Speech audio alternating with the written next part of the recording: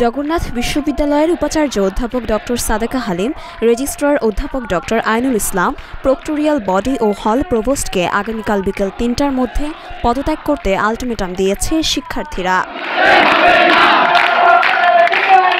রোববার বিশ্ববিদ্যালয়ের কেন্দ্রীয় মিলনায়তনে সাধারণ শিক্ষার্থীদের সঙ্গে বৈষম্য বিরোধী ছাত্র আন্দোলনের সমন্বয়করা মতবিনিময় করেন। পরে প্রশাসনিক ভবনের সামনে বিক্ষোভ মিছিল করেন তারা। এ সময় পদত্যাগ করতে আলটিমেটাম দেয়া হয়। এ সময় বিক্ষুব্ধ শিক্ষার্থীরা বলেন, অবিলম্বে বিশ্ববিদ্যালয়ের উপাচার্য সহ প্রশাসনে যত আওয়ামী দোসর রয়েছে তাদের পদত্যাগ করতে হবে। যদি তারা পদত্যাগ করতে না চায় তাহলে কিভাবে পদত্যাগ করাতে হবে তা ছাত্র সমাজ জানে। বিভিন্ন বিশ্ববিদ্যালয়ের উপাচার্য প্রক্টোরিয়াল বডি ইতোমধ্যে পদত্যাগ করেছে, কিন্তু আমাদের ভিসি কেন এখনও পদত্যাগ করছে না? তার পেছনে যদি কারো হাত থাকে, ছাত্র সমাজ তাদের মোকাবেলা করতে প্রস্তুত। বৈষম্য বিরোধী আন্দোলনের সমন্বয়ক স্বর্ণ আক্তার রিয়া বলেন, আমরা আগামীকাল বিকেল ৩টার মধ্যে পদত্যাগের আলটিমেটাম দিচ্ছি।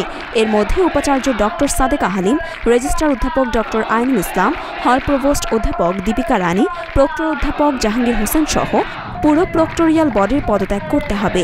যদি তারা আগামীকাল বিকেল ৩টার মধ্যে পদত্যাগ না করেন তাহলে আমরা আরও কঠোর কর্মসূচিতে যাব। মরিয়ম মিম, ঢাকা পোস্ট।